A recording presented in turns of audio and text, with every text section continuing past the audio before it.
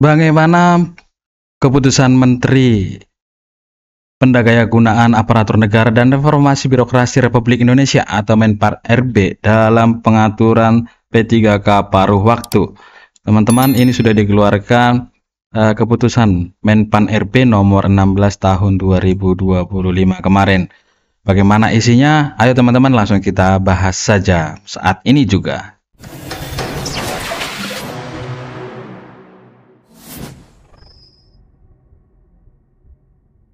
Menteri Pendayaan Aparatur Negara menimbang bahwa dalam rangka melaksanakan amanat Pasal 66 Undang-Undang Nomor 20 Tahun 2023 tentang aparatur sipil negara perlu upaya penyelesaian penataan pegawai non-ASN, itu untuk poin yang A, dan juga poin yang kedua atau poin B, bahwa berdasarkan pertimbangan sebagaimana dimaksud dalam huruf A, perlu menetapkan peraturan Menteri Pendayaan Aparatur Negara dan Reformasi Birokrasi tentang pegawai pemerintah dengan perjanjian kerja paruh waktu.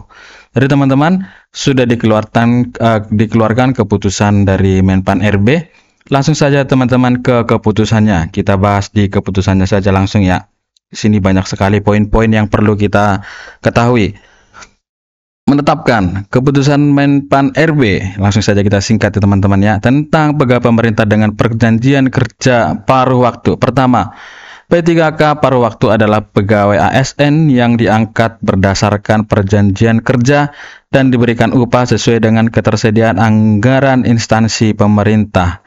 Yang kedua, pengadaan P3K paruh waktu dilaksanakan dalam rangka A. Penyelesaian penataan pegawai non-ASN, B. Pemenuhan kebutuhan ASN di lingkungan instansi pemerintah, C. Memperjelas status pegawai non-ASN untuk mengisi jabatan ASN, dan yang D. Peningkatan kualitas pelayanan publik untuk mendukung kelancaran pelaksanaan tugas dan pelayanan kepada masyarakat.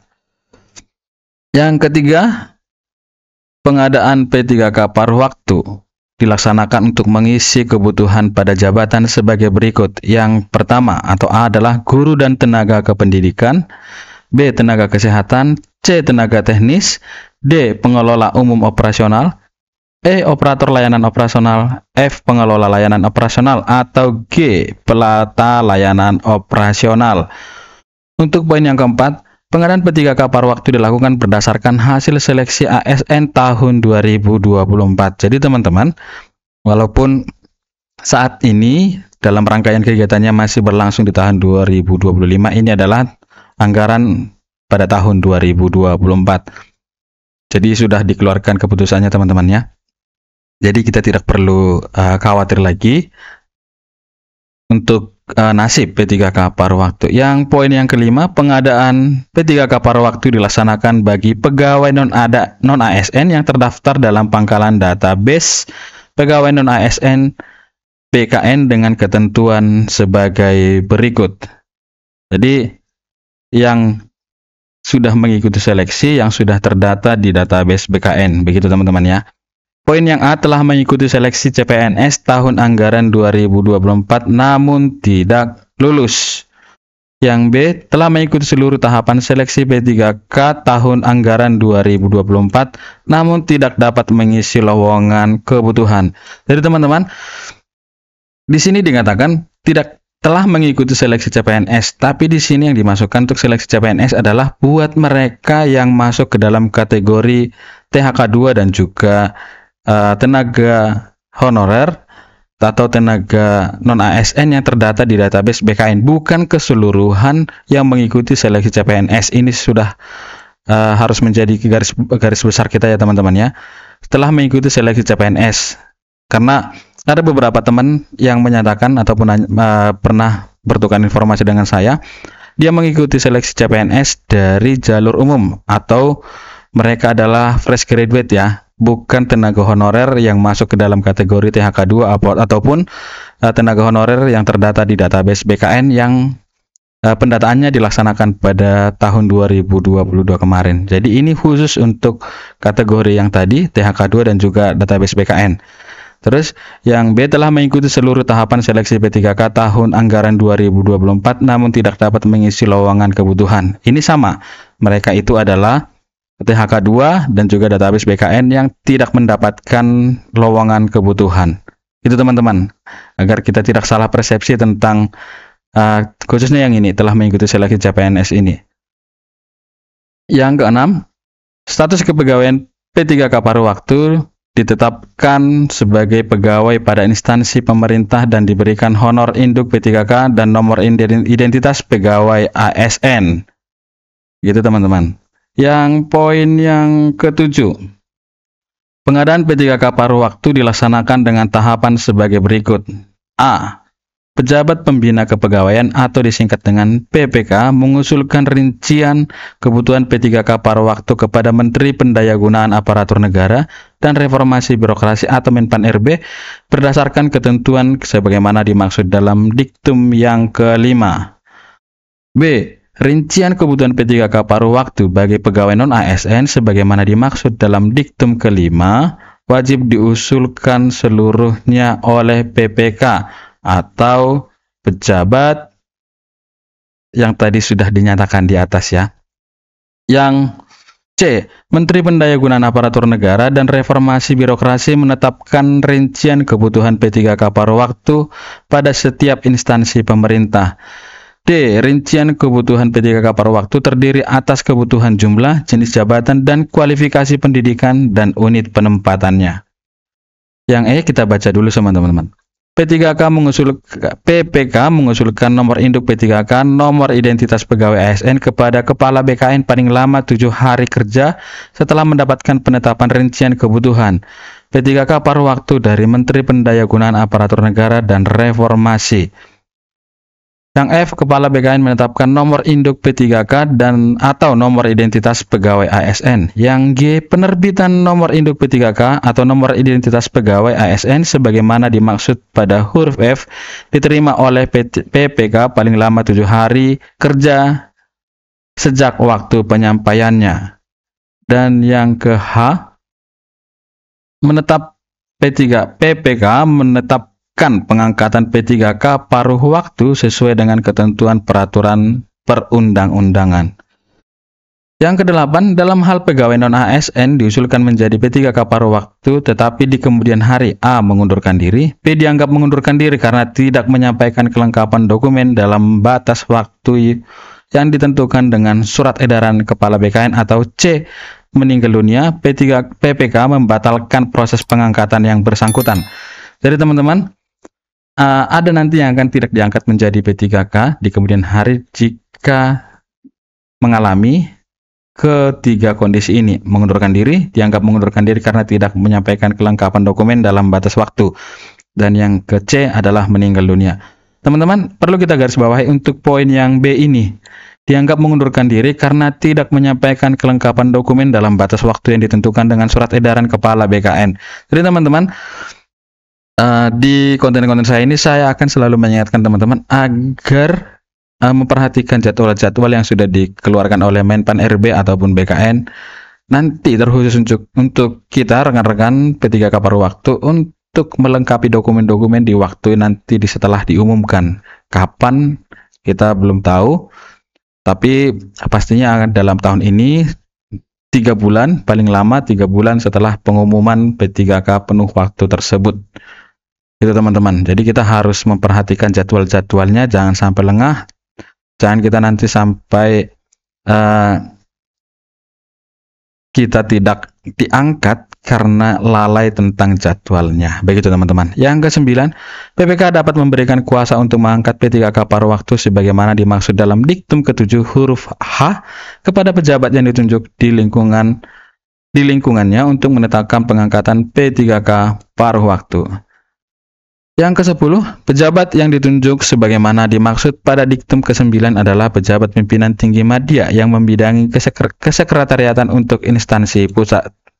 Yang ke-11, P3K paruh waktu yang telah diangkat dan ditetapkan berdasarkan kebutuhan sebagaimana dimaksud dalam diktum ke-7 huruf H melaksanakan tugas jabatan berdasarkan perjanjian kerja.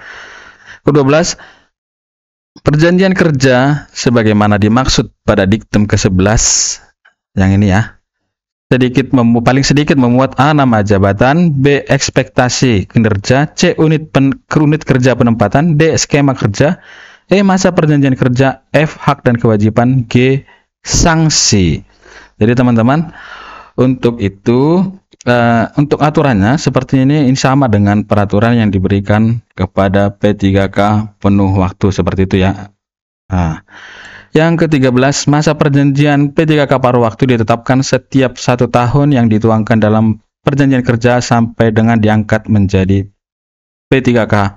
Mungkin di sini maksud adalah P3K penuh waktu. Jadi kontraknya ini, kita anggap itu kita sebut dengan kata kontrak, ditetapkan setiap 1 tahun. Setelah itu nanti akan dievaluasi oleh pemerintah. Jika memungkinkan, berkinerja baik, kira-kira seperti itu akan diangkat menjadi P3K penuh waktu. Jika belum, maka kontraknya akan diperpanjang setiap 1 tahun 1 kali. Seperti itu kira-kira dari penjelasan pada poin yang ke-13 ini. Ke-14, PPK menetapkan jangka waktu bekerja dan jam kerja P3K paruh waktu sesuai dengan ketersediaan anggaran dan karakteristik pekerjaannya. Kita lewati dulu. Ke-15, keputusan pengangkatan sebagaimana dimaksud dalam diktum ke-7 huruf H dijadikan sebagai dasar dimulainya masa perjanjian kerja P3K paruh waktu dengan instansi pemerintah. Ke-16, P3K paruh waktu melakukan perencanaan kinerja untuk menyusun sasaran kinerja pegawai atau SKP sesuai target dalam perjanjian kerja. Jadi teman-teman, P3K paruh waktu juga menyusun SKP ya. P3K paruh waktu juga menyusun SKP sama dengan P3K penuh waktu, sama dengan ASN lainnya yakni PNS, tetap melakukan ataupun menyusun SKP atau sasaran kinerja perjanjian kerja, sasaran kinerja pegawai sama karena statusnya sama-sama ASN begitu teman-teman ya. Ke-17, evaluasi kinerja triwulan dan tahunan P3K paruh waktu dilakukan berdasarkan capaian kinerja organisasi. Jadi teman-teman, menurut saya evaluasi kinerja triwulanan ini dan tahunan ini nantinya menjadi acuannya di saat kontrak 1 tahun itu sudah habis, apakah P3K paruh waktu ini bisa diangkat menjadi P3K penuh waktu. Jadi kita harus tetap menyusun SKP dan juga evaluasi kinerjanya, yang baik itu yang triwulan maupun yang tahunan. Yang ke-18, hasil evaluasi kinerja sebagaimana dimaksud dalam diktum ke-17 yakni ini digunakan sebagai pertimbangan perpanjangan perjanjian kerja atau pengangkatan menjadi P3K.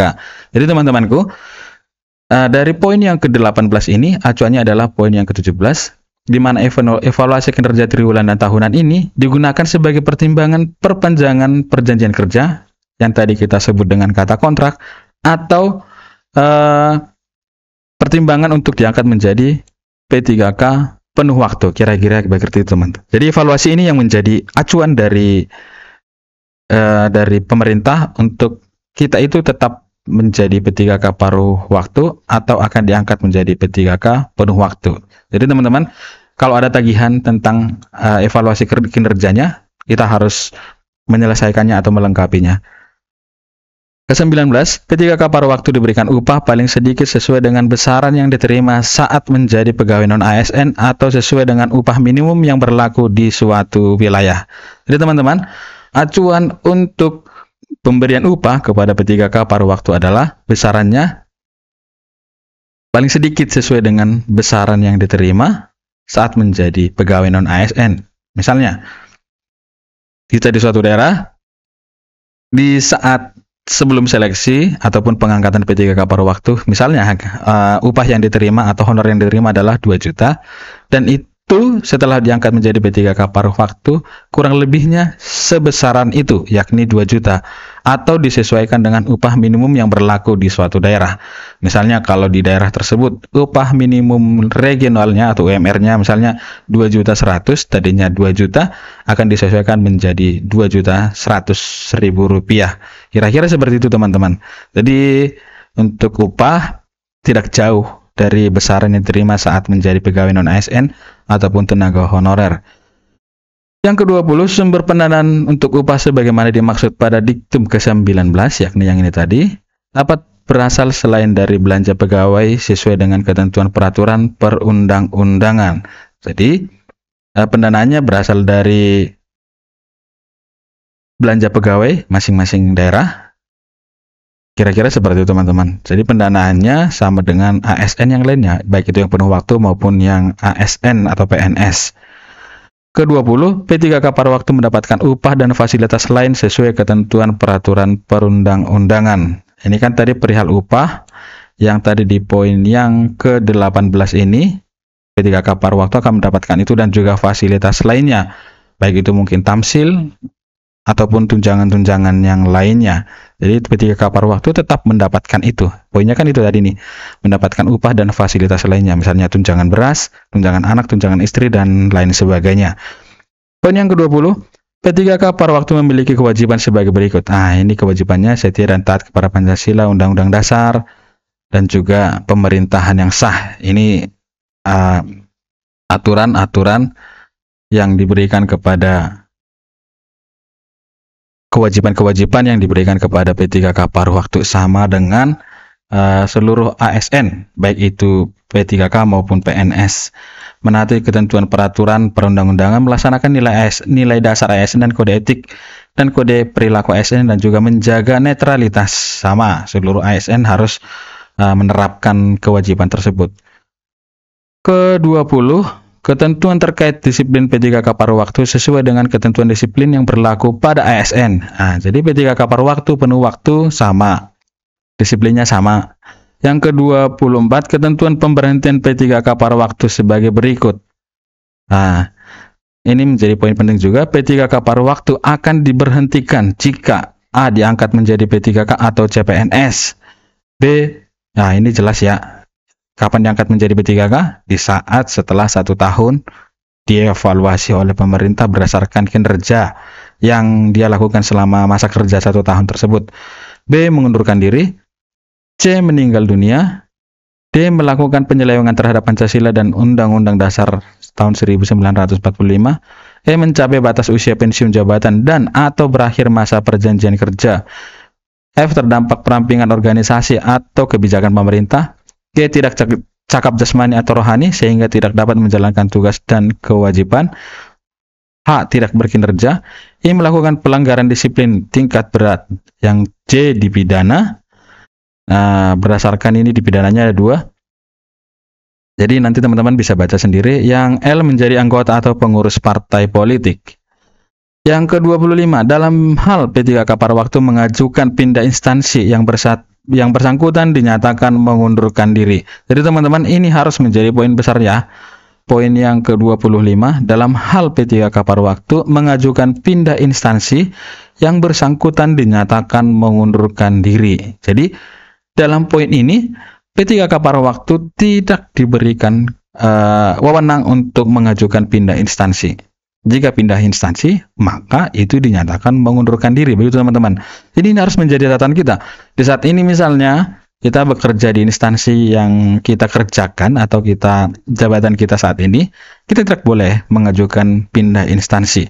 Jadi harus tetap di instansi tersebut dalam masa kerja P3K paruh waktu ini. Begitu teman-teman. Jika kita mengajukan pindah, hal itu dinyatakan sebagai hal di mana kita mengundurkan diri. Kira-kira seperti itu dalam poin yang ke-25 ini. Jadi tidak ada istilah mutasian untuk P3K paruh waktu, begitu intinya.